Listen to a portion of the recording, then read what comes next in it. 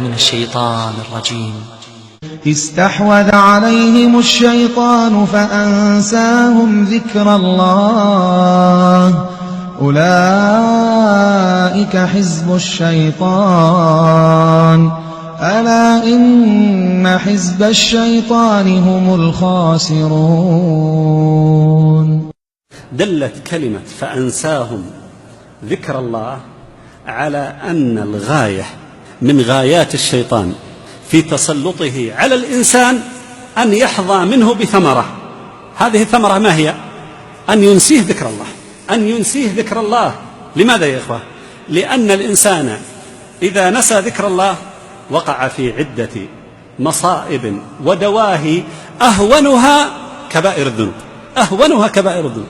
إنسان نسى الله، وش تتوقع بعد ذلك يفعل؟ نسى الله فأعرض عن أوامره لأنه ناسي.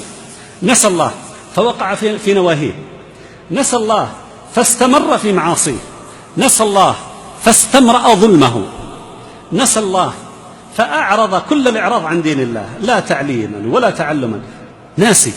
ولهذا الناسي في شرع الله لا يؤاخذ. لماذا لا يؤاخذ؟ لأنه قد يأتي بأمور لا يتخيلها إنسان. ومن هنا أجازت الشريعة للإنسان الناسي أن يأكل ويشرب في رمضان، لأنه مرفوع عنه القلم. ما دام ناسيا لا تتوقع ماذا سيفعل، غير داخل في التوقع. فكذلك هنا إذا الإنسان نسى الله وأعرض عن الله وحصل منه الشيطان على هذه الخصيصة، حصل الشيطان منه على كل شيء لأنه نسى الله. ومن هنا يا إخوة ألفت انتباهكم إلى قضية مهمة. انظروا التائب، نسأل الله أن يتقبل توباتنا جميعا. التائب إذا تاب ما يزال يستغرب من أفعاله قبل توبته، ويبدأ يلوم نفسه.